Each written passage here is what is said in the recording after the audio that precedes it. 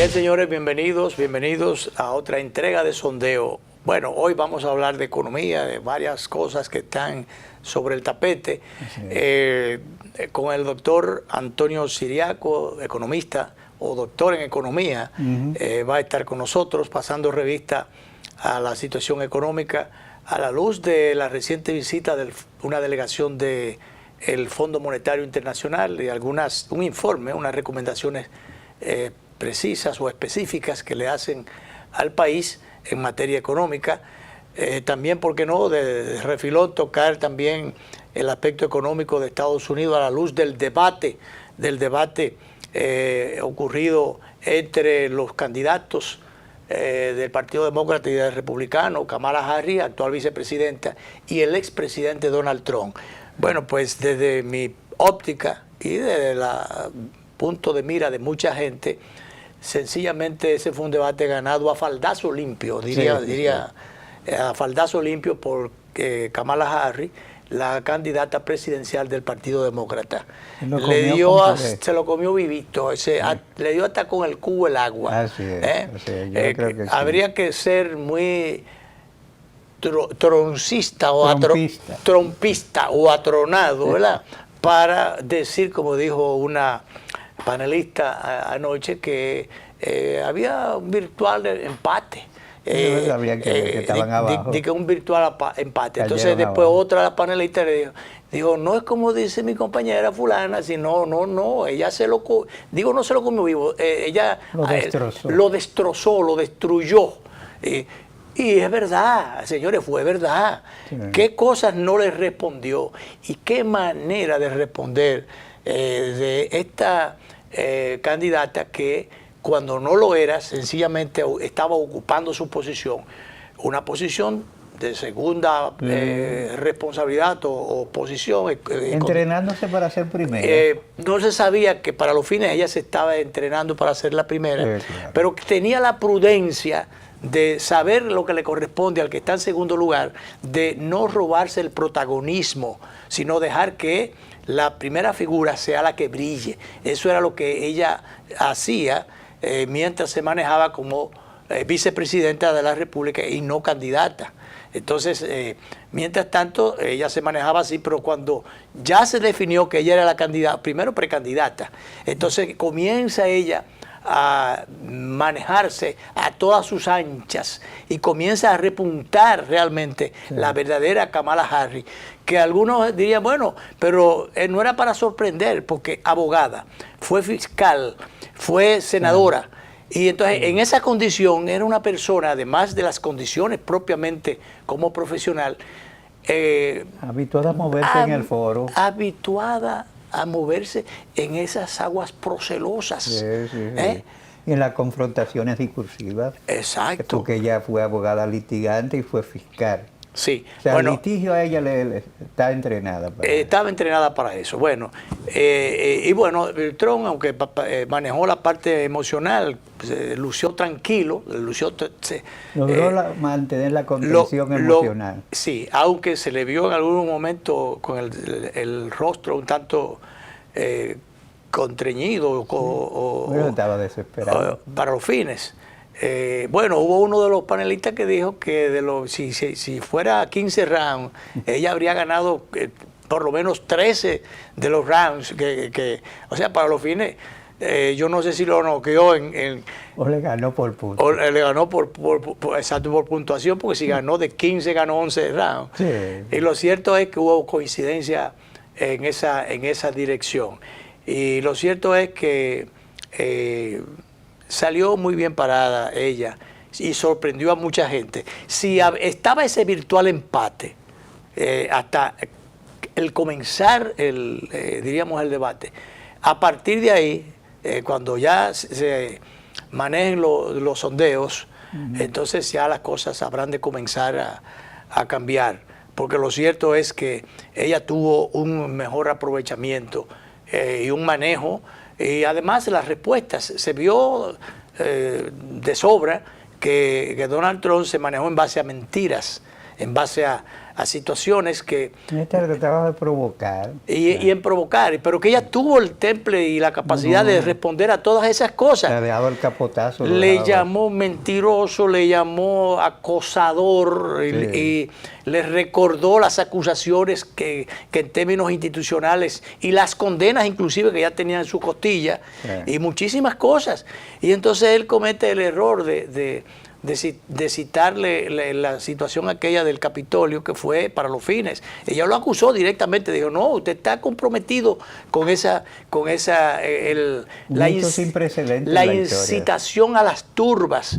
Y entonces decía como que la joven ex militar que estaba participando directamente de la turba multa, directo a pasar al terreno de los hechos o de la acción destructora, dice que esa persona la pintó él como una mártir, que ella no debió morir y que además el policía que la mató no debió dispararle. Policías entonces, que se contuvieron tanto que algunos murieron. Entonces, 50 y tantos policías que salieron heridos y varios fallecidos.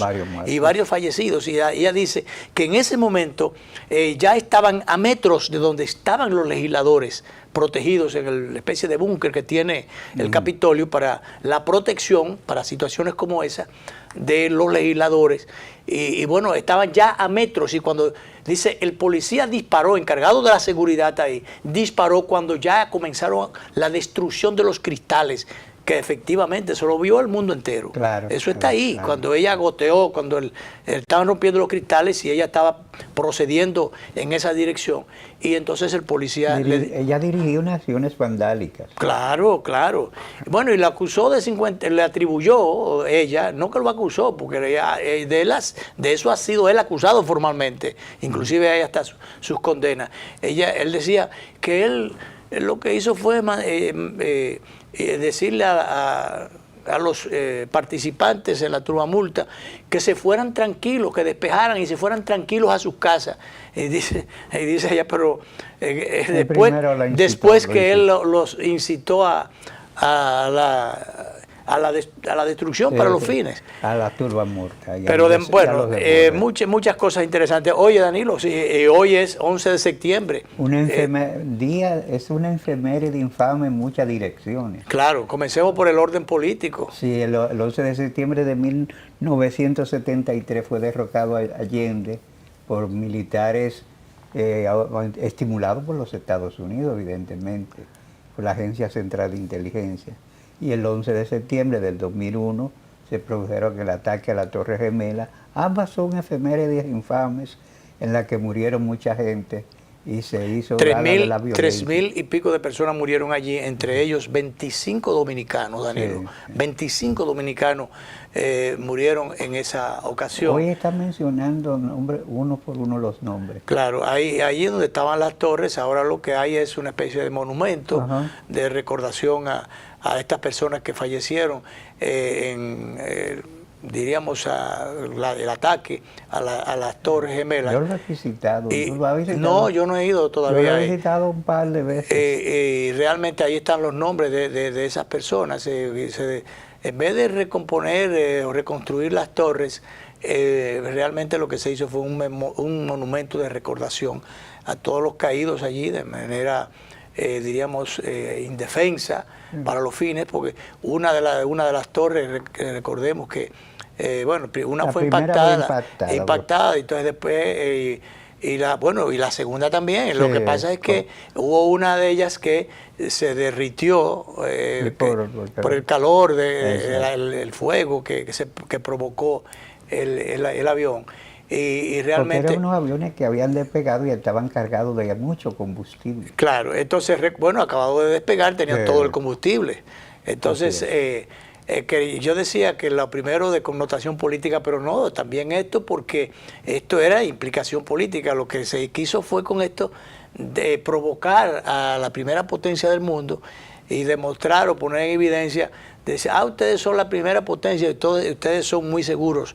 Entonces, vamos a demostrarle que ustedes no son seguros nada. Y por eso, fíjate lo simbólico de aquello, atacar a las dos torres, que era sinónimo de majestuosidad, si se quiere, además, y después el tercer avión que iba directo hacia el Pentágono, que fue antes de llegar, fue derribado. Sí. O sea, exacto. fue un ataque frontal al poder político, al poder mismo, al poderío militar, a los centros de poder de Estados Unidos. Económico y político. Pero tú sabes que ese derrumbe de la torre modificó muchas tesis de los militares del mundo.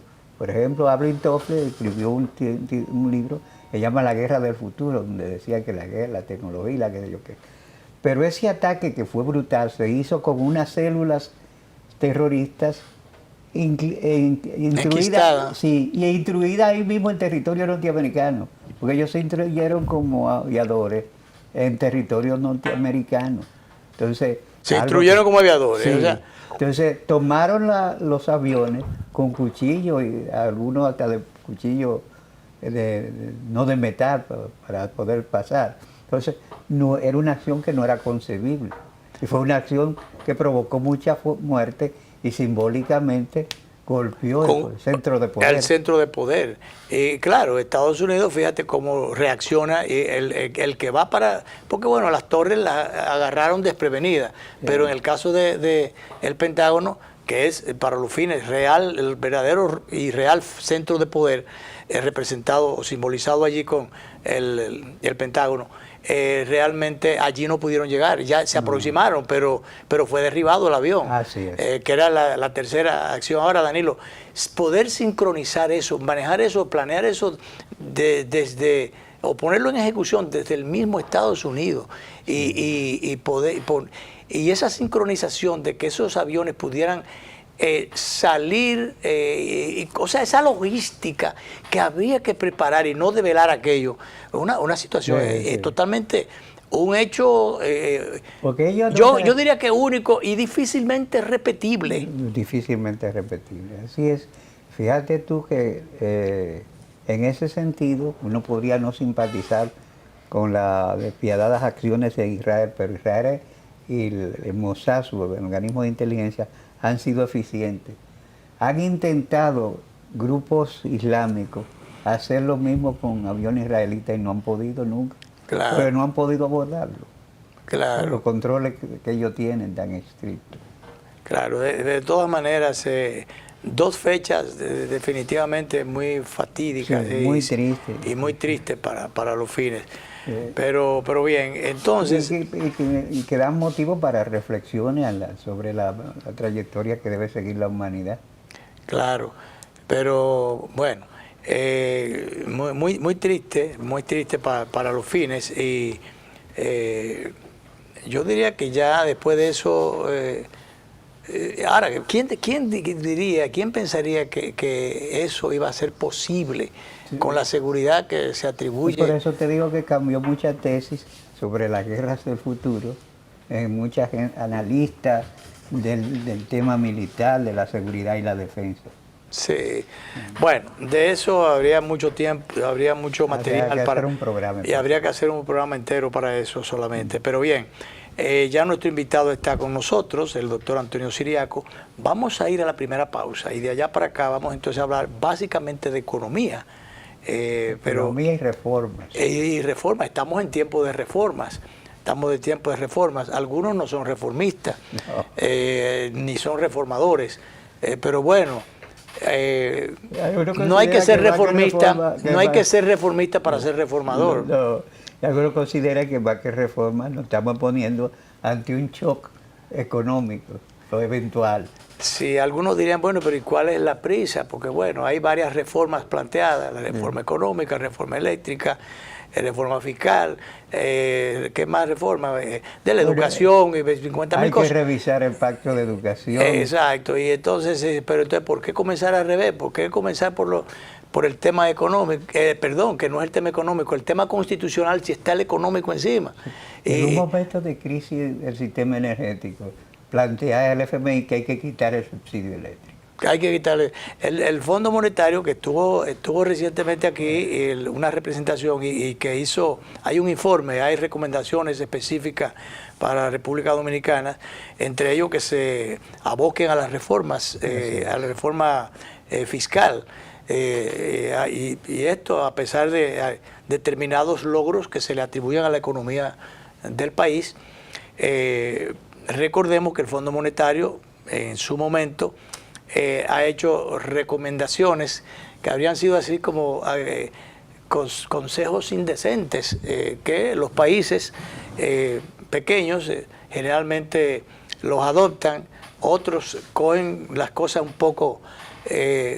yo recordemos cuando en el caso del doctor Jorge Blanco le hicieron recomendaciones bastante inaplicables o indecentes en ese momento, la aplicó y ¿qué pasó? Toda una estallido social. En algún momento también al doctor Jorge Blanco, al doctor Leonel Fernández le recomendaron una serie de medidas que implementara y el presidente Fernández le dio largas a eso. Bueno, entre otras cosas... Soltó y dejó.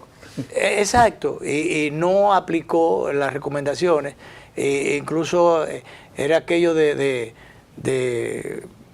poner a circular muchísimo dinero y muchísimas cosas más. Y después, no, recojan eso. Pero bueno, ya de todas maneras, ellos eran los que habían recomendado eso. Sí, sí. Aguanten, pero ya habían recomendado eso. Entonces, bueno, de todas maneras, nosotros no somos los que especialistas en esa materia. Vamos, como decía, vamos a la pausa de allá para acá.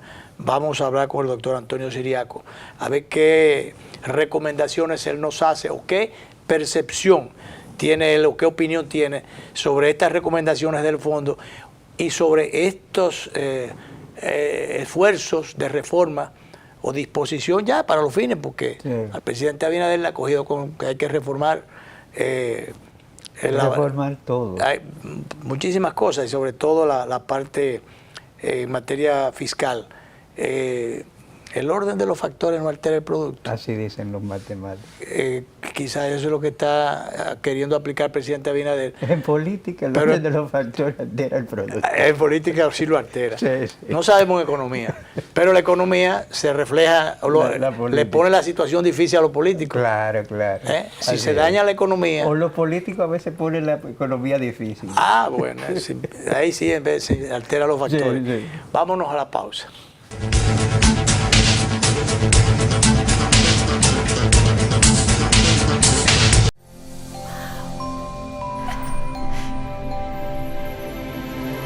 Atrévete a encontrar eso que quieres.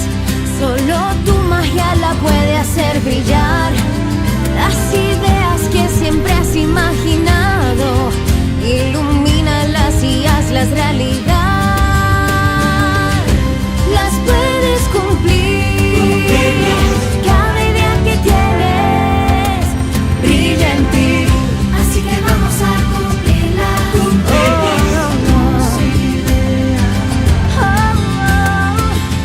Así que vamos a cumplir las ideas. Hay un lugar donde tus ideas se cumplen. Las puedes cumplir. El Banco de las Ideas, 60 años cumpliendo. Popular, a tu lado siempre. Cada taza trae con ella el sabor de los mejores deseos. Deseos que se van multiplicando durante el día y nos salen hasta en la taza. Esa taza que nos transmite con su aroma y sabor la buena onda que nos mueve siempre con una sonrisa y que llevamos con nosotros en todo momento.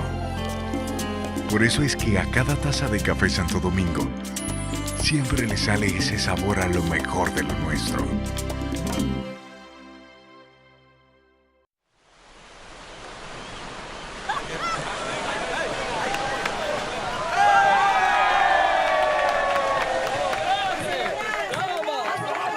Todo lo bueno tiene un gran comienzo. Hemos dado tantos pasos, hemos hecho sueños realidad. En cada esquina de esta tierra vemos todo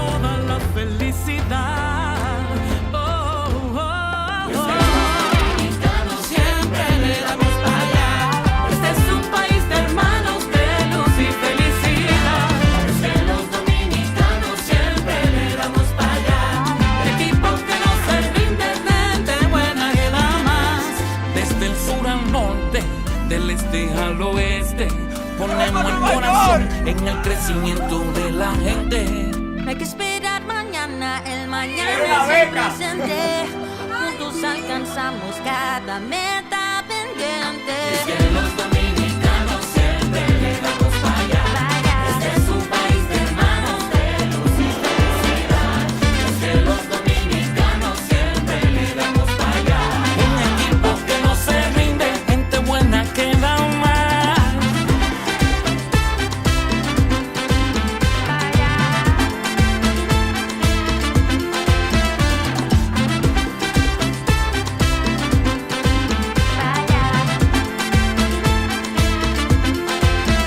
Empezamos caminando y pronto empezamos a volar, pero hay que seguir creciendo. Y el resultado, disfrutar. Siempre le damos para allá. Este es un país de hermanos, de luz y felicidad. Es que los dominicanos siempre le damos para allá. Equipo que no se rinde, gente buena que da más. Vamos tras nuestras metas con esfuerzo y con fe, labrando cada sendero, cada paso que se dé. Oye, trabajando con empeño y con toda la pasión, construimos un gran sueño que viene del corazón. Y es que los dominicanos siempre le damos para allá. Este es un país de hermanos, Gente buena que da más. los dominicanos siempre le damos para allá. Equipo que no se rinde, gente buena que da más. Con manos unidas y corazones abiertos, alcanzamos horizontes, disipamos desiertos. En cada esquina de esta bella tierra, la solidaridad es nuestro aliento. Tendiendo la mano, construyendo nuestros sueños. Es que los dominicanos siempre le damos para allá. Este es un país de hermanos. De luz y felicidad. Los dominicanos siempre le damos para allá. Equipo que no se rinde, gente buena que da más.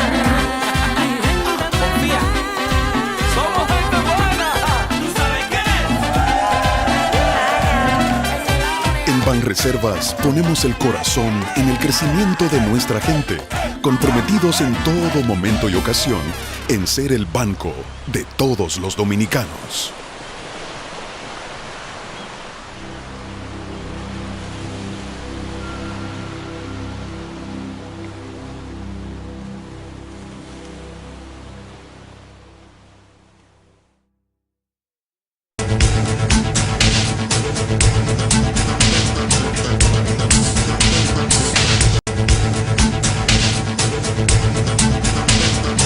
Bien, señores, bienvenidos a... Damos la bienvenida más bien al doctor Antonio Siriaco, ya lo habíamos anunciado. Vamos a recrearnos sobre la realidad económica y las consecuencias después que pudiera esto traernos. Los impactos sociales y políticos. Los impactos sociales. Bienvenido, Siriaco. Encarnación. Se puede comenzar por el sí. principio, y el principio por cualquier lado. Pero la propuesta tanto el final como el principio es reforma. Exacto. Entonces yo creo que...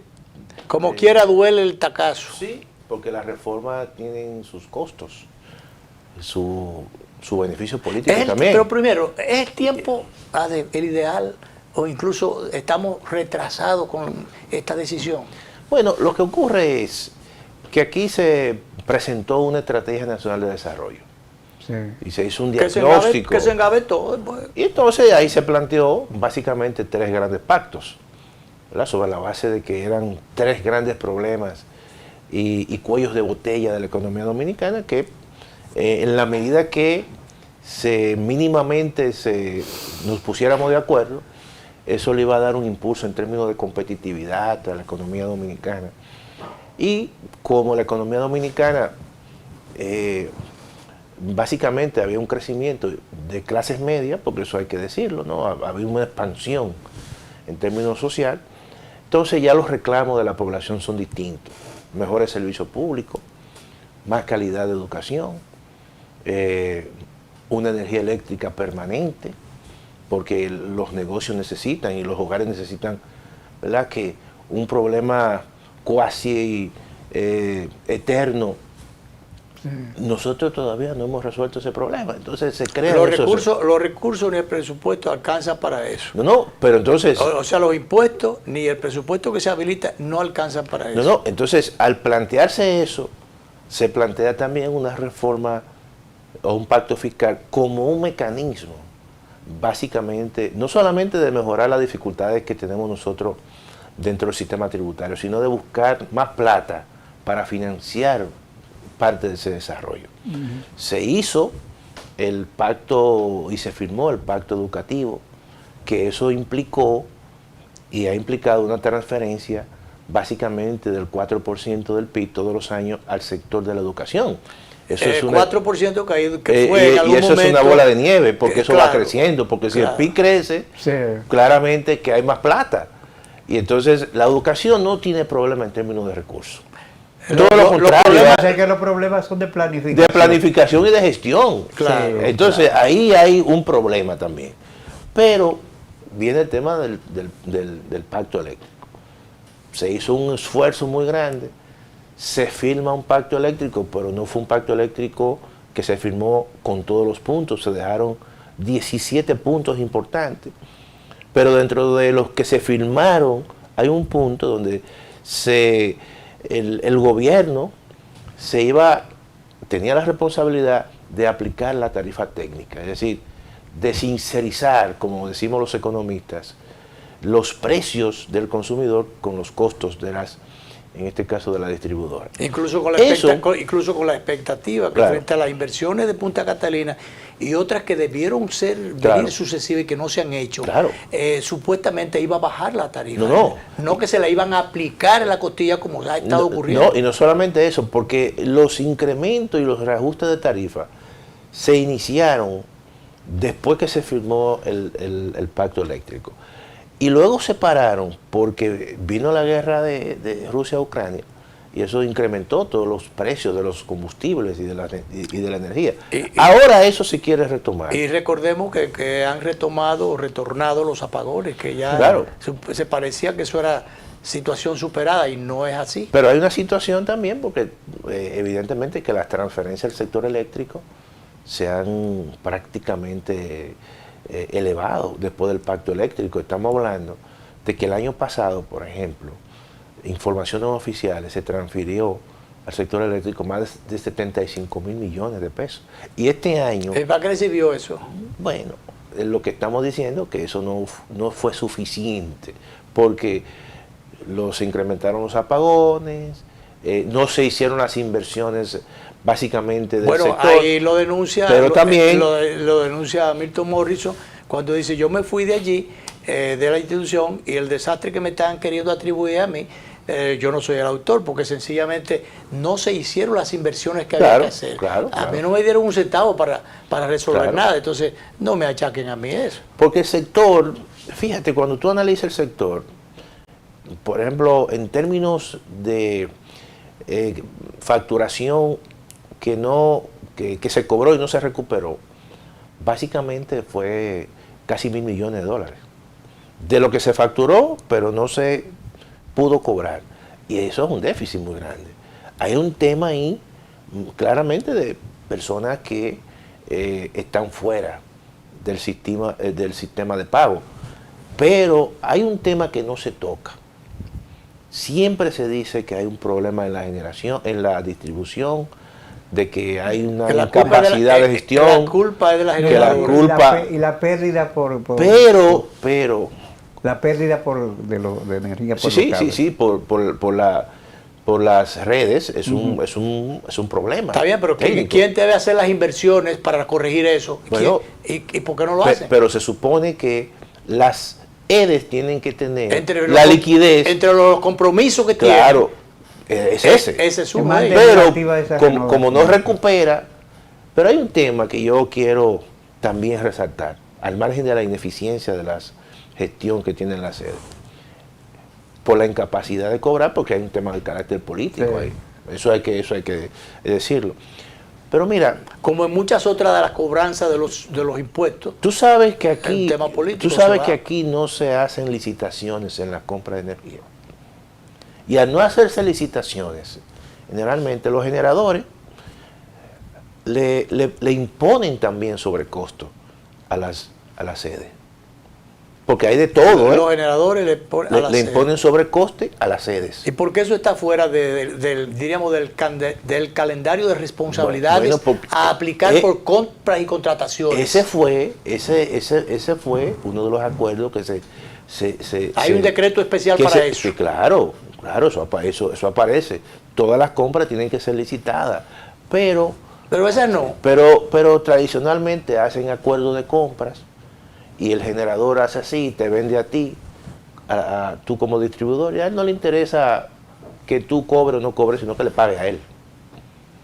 Entonces, cuando tú analizas, y eso no se dice, cuando tú analizas la estructura de costos y de pagos, el 90% de los pagos que hacen las generadoras, las distribuidoras, es a la generadora. De manera que ahí, yo creo que hay un tema que hay que discutirlo, porque hay que tocar intereses. Ese es el problema de la reforma. Vamos a hablar de la reforma a partir de la... déjame ver. Vamos a hacer la segunda pausa, director, para no sancochar estos temas. Vamos allá, entonces nos vamos directo ya hasta el final.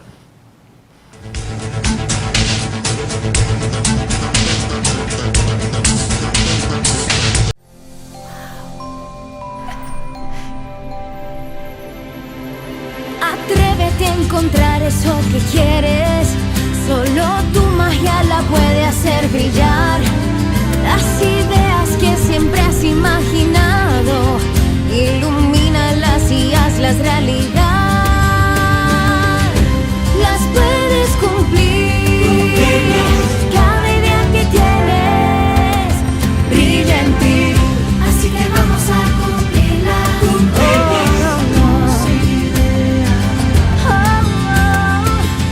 Así que vamos a cumplir las ideas. Hay un lugar donde tus ideas se cumplen. Las puedes cumplir.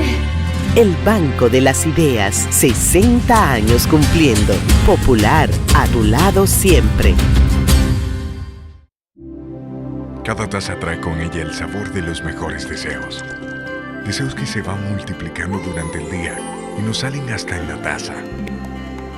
Esa taza que nos transmite con su aroma y sabor la buena onda que nos mueve siempre con una sonrisa y que llevamos con nosotros en todo momento. Por eso es que a cada taza de Café Santo Domingo siempre le sale ese sabor a lo mejor de lo nuestro. Y ahora, el bateador se prepara con 2 outs.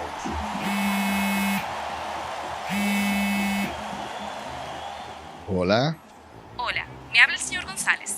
Ajá. Le llamamos porque usted es un cliente preferencial y queremos ofrecerle nuestra tarjeta Gold, la cual tiene infinitos beneficios, entre ellos descuentos en supermercados, salones de belleza, farmacias y acumula puntos para viajes al extranjero, incluso a la luna. Hay mejores formas de evitar llamadas no deseadas. A través de la aplicación de ProUsuario, ahora puedes solicitar que te excluyan de los listados de marketing de las entidades financieras. Descarga la app en Google Play y App Store. Solo tiene que indicarme dónde le enviamos el plástico de su tarjeta. No me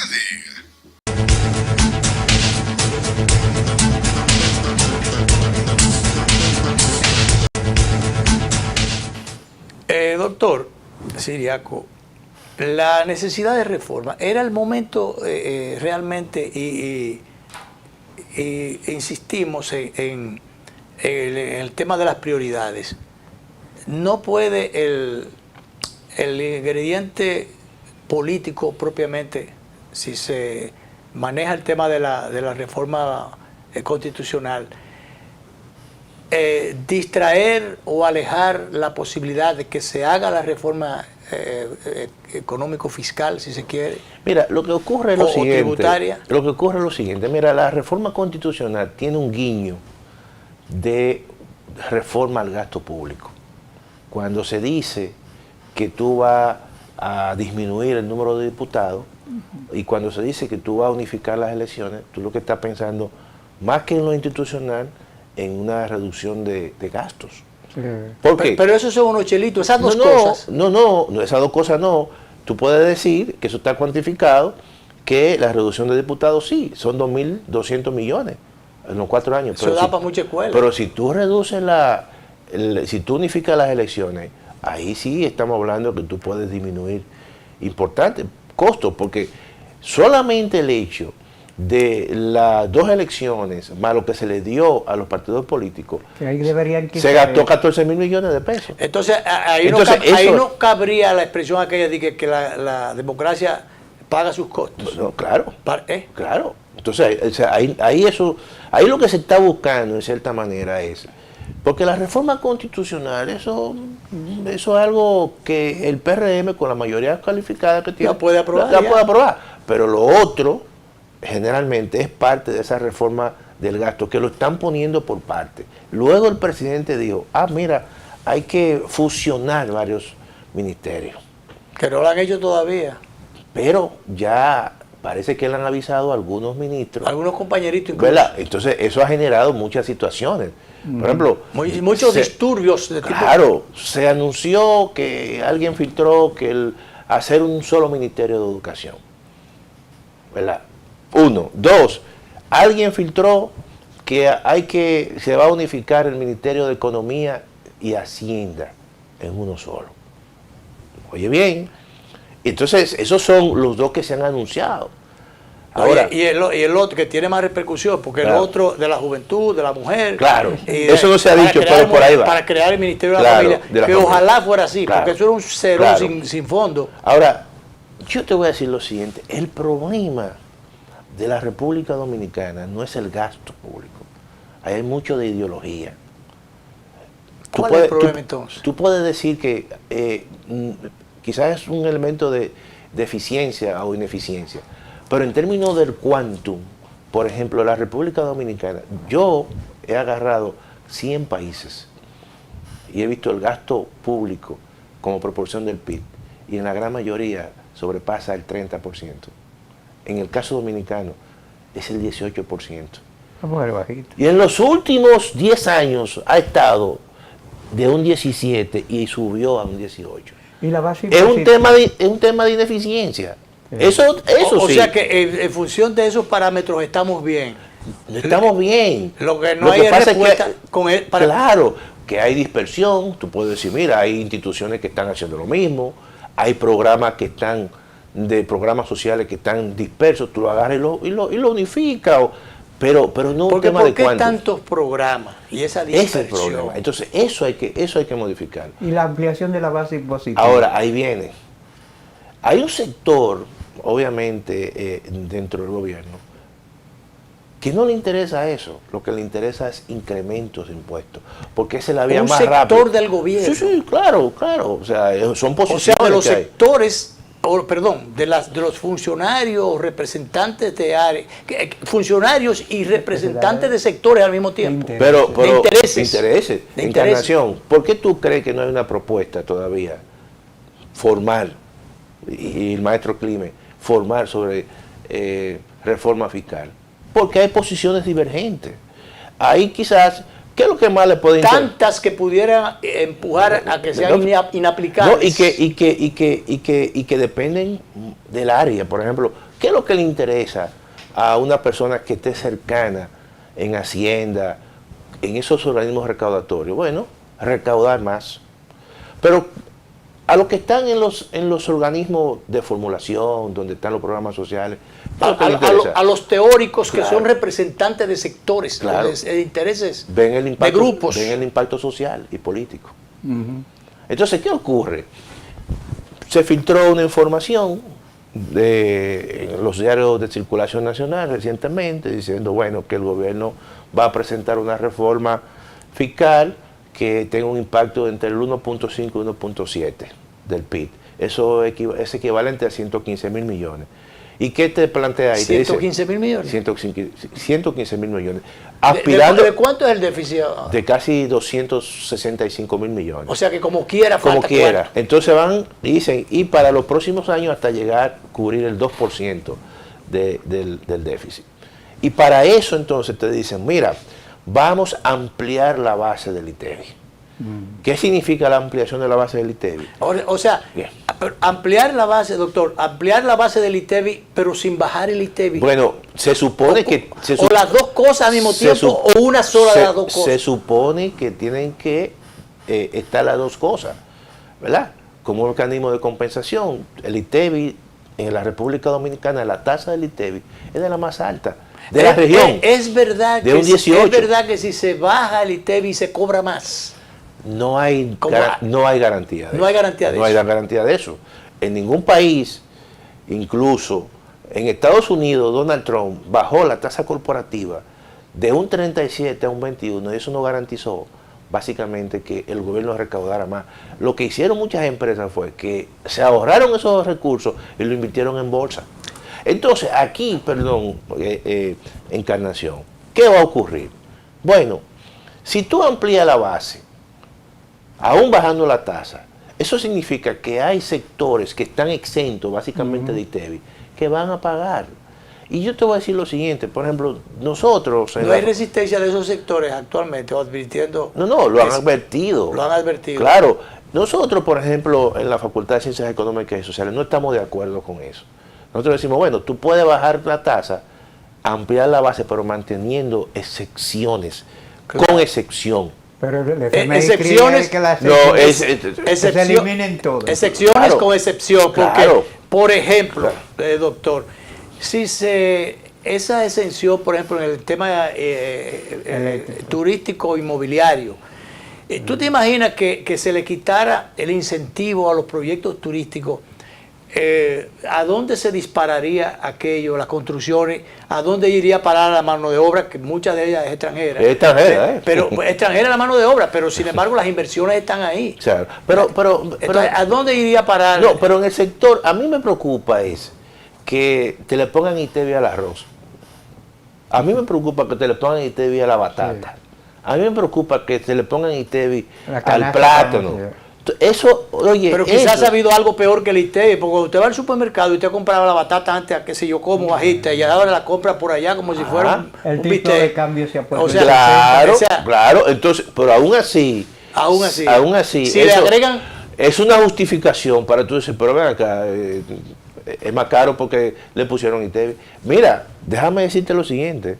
Más caro sobre lo caro, claro, porque no sé que tampoco esos precios se van a quedar ahí. Pero ¿por qué ocurre eso? Porque los mercados agrícolas son mercados que están atomizados, porque hay mucha intermediación. Oye bien. Que es la que daña. Que es la que daña. Entonces, ese fue el fracaso de Inés. Claro. El segundo renglón son los medicamentos. Que es peor aún. Mira, los medicamentos es un mercado donde están concentrados. Eso, si por eso es que están concentrados en el mercado. Por eso es que es tan criminal los niveles de precio del costo de los medicamentos. Pero si tú te pones, farmacia se ha monopolizado. Claro, tú el sector, por ejemplo, de distribución de medicamentos, que son las farmacias, son dos. Son dos, y hay una que tiene un tercero que está repuntando claro, ahí. Entonces ahí pero son monopolios. Son monopolios, o sea, son oligopolios. Entonces, ¿qué ocurre con eso? Esos son criminolopolios. Entonces, vamos al mercado de la educación. ¿Tú crees que es justificable que en un país donde se está hablando de fomentar la educación se le ponga ITEVI a un libro o a un cuaderno? O sea, oye, uno le hace la advertencia, pero eso tiene en los imaginarios de la gente y de la población, eso tiene un impacto político terrible. Terrible. Y es mayor el coste político que el beneficio económico que tú vas a recibir en términos de recaudatorio. Claro, porque y yo digo hay algunos, aumentaría la evasión. Entonces, ahí voy. Empujaría una evasión. ¿Qué ocurre? La evasión hay que atacarla. A mí nadie me está diciendo que la evasión se va a atacar.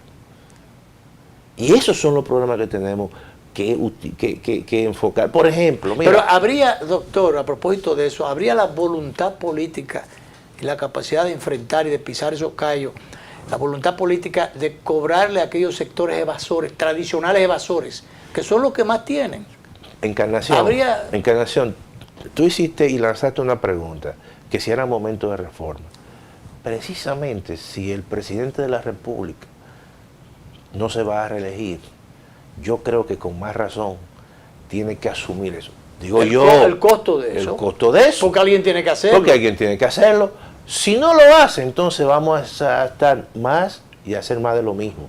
Porque lo No va a tradicional ser una reforma claro, con el impacto que se quiera y tú entonces en los próximos 3 o 4 o 5 años otra vez se va a volver a hablar de reforma fiscal. Porque desde cuándo se está hablando de eso, claro, y no hay la voluntad claro, política, porque un partido recién llegado al poder, claro, que quiere llegar al poder, claro, no va a hablar de eso, y un partido recién llegado no lo va a hacer, entonces, y un presidente que se quiere elegir no lo va a hacer, y entonces, un presidente, bueno, retirarse con broche de oro, pero eso tiene entonces yo creo costos políticos claro, en términos de popularidad, porque un gobierno quisiera retirarse con un porcentaje allá arribota, aun cuando no se vaya a retirarse, y bueno, con una buena aceptación, y no que le estén guiñando el ojo. Y déjame decirte lo siguiente, por ejemplo, esa información que salió de más o menos por dónde van los tiros, de esa visión de la reforma fiscal, va a afectar grandemente a la clase media. A la clase media. Sí, claro.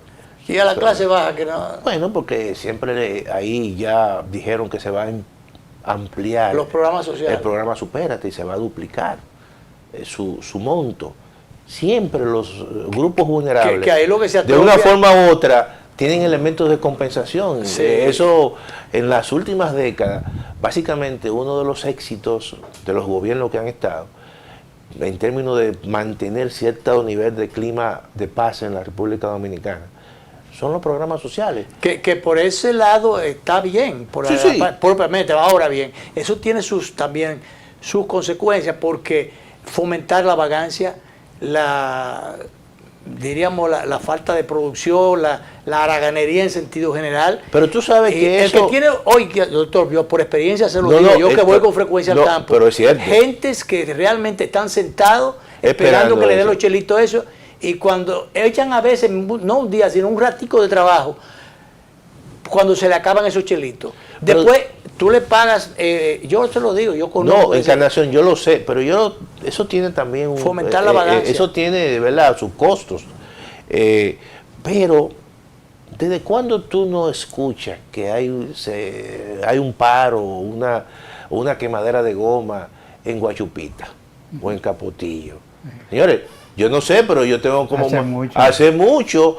Incluso ni en Navarrete. Le han apagado los fósforos. Ni en Navarrete. Oye, lo que aquí nosotros recordamos, más reciente, es la Marcha Verde, o las protestas en la Plaza de la Bandera, o la protesta aquí ayer hubo una en Baní. Entonces tú dices, ¿y esas son la gente? Son gente de clase media. Sí, pero esa gente está en el gobierno todo ahora. Entonces, ¿qué es lo que buscaba? ¿Por qué marchaban? Entonces, pero lo que te quiero decir, ha cambiado la dinámica, incluso sociológicamente Danilo puede hacer un análisis de esas cosas. ¿Por qué? Porque todos esos grupos, tú vas por ejemplo a Capotillo, y la cantidad de hogares que tienen, seguro, que tienen tarjetas, es una cosa impresionante. Y Bonoluz, y Bonogás. Mira, ¿tú sabes cuál es el problema de la cantidad de extranjeros que están trabajando en la construcción? Nosotros hicimos un trabajo, hicimos una especie de encuentro de grupo focal con Acoprovi. ¿Y tú sabes qué me dijeron ellos a mí? Ven, profesor Siriaco, lo que pasa es que en la etapa gris, cuando nosotros estamos buscando gente y viene un dominicano y dice, ya, yo voy a hacer eso, no lo hace, pero ese dominicano que no lo hace tiene bonoluz, tiene bonogás, tiene todo. Pero por eso fue que yo dije, y no se va a dedicar a eso. El fomento de la vagancia, no quieren trabajar, pero es por eso. Bueno, Luis te va a dar una clase. No, es así. Yo que tengo un proyectico de aguacate en Ocoa, es así. Y que de vez en cuando hay que pagarle unos días a determinada gente, esa gente que tiene su bono, qué sé yo qué cosa, no ven bueno el que se le pague un día de trabajo porque están agachapados ahí, esperando. Y cuando se le terminan los chelitos que le dan, se le va. Entonces, ¿qué ocurre? En esta reforma eso se va a acentuar. Entonces, ¿a quién es que le van a cargar esos incrementos de precio? No, de que subió el precio del pollo porque le pusieron Itebio, es la clase media. Entonces, mira, yo no estoy de acuerdo con que se elimine la venta los incentivos que hay para la compra por internet. Esos son chelitos. Pero claro. Entonces, eso representa, son como 2.000 millones de pesos. Pero no es lo mismo los incentivos que se le dan a otros sectores. Pero porque la clase media están utilizando ese mecanismo. Es una forma de defensa. De escape. Entonces, de escape. En términos de la economía política, tú tienes que ver la reforma, no en términos recaudatorios, sino en términos de cómo eso puede tener Pero un ahora impacto se está viendo socialmente y cómo determinado tipo de clases que son importantes van a quedar. Lo que se está viendo justamente es como un elemento recaudatorio. ¿Sí? Así que se está viendo. Entonces yo creo que, oye, cualquier reforma mal hecha, eso va a tener un impacto fuerte en términos políticos y en términos sociales. Dice el Fondo Monetario que favorece la reforma fiscal a pesar de los logros económicos. Realmente... el fondo, ¿qué te plantea el fondo? Es buena la recomendación del fondo, debemos llevarnos del fondo. El fondo o el fondo te puede mandar para más hondo. El fondo siempre ha hecho las mismas recomendaciones. Las mismas. Las mismas. La misma receta. Mira, tú puedes agarrar y recortar, hacer ese recorte, y el próximo año, y el año de arriba, cuando ellos vengan, te van a decir lo mismo. Mira, te van a decir que hay que revisar las exenciones fiscales. Te van a decir que hay que mejorar la eficiencia del gasto. Te van a decir que hay que eliminar los subsidios a la tarifa eléctrica. Oye bien, y todo eso significa que si tú le quitas los subsidios de manera abrupta al sector eléctrico, ¿cuál es el coste? Bueno, un incremento de la tarifa. ¿A quién va a afectar eso? ¿Va a afectar a los grupos de bajos ingresos que tienen bono luz? O muchos de ellos que no pagan, a los sectores de clase media. Vamos a pedirle medio minuto al director. Diríamos, es aterrador el panorama o aterrador el panorama que nos espera en materia económica, con o sin reforma. No, yo creo lo siguiente, yo creo que si se toma la decisión de hacer una reforma, tiene que ser una reforma, oye bien, que se concentre básicamente en combatir la evasión, que ese es el problema estructural que tiene el sistema tributario dominicano, en tratar de... ¿Pero evasión de los chiquitos o evasión de los grandes? No, la evasión de los grandes. Pero los grandes están metidos en el gobierno, pero, bueno, y tienen su representante ahí. Pues entonces no se va a hacer, se va a hacer otro tipo de reforma. ¿Qué es mejor, que se haga o que no se haga? No, es mejor que se haga. Pero bien hecha. Y bien hecha. Y pactada. Y pactada. Que se pisen callo, entonces. Pactada. Y tú sabes una cosa. Que se pisen callo, entonces. Sí, incorporar también, que nosotros lo hemos dicho, un monotributo para aquellos que son pequeños empresarios. Monotributo. ¿Qué significa eso? Que tú vas a pagar, hacer un solo pago. Y quitar el anticipo. Y quitar el anticipo. Ay, pero eso es criminal, el anticipo. No.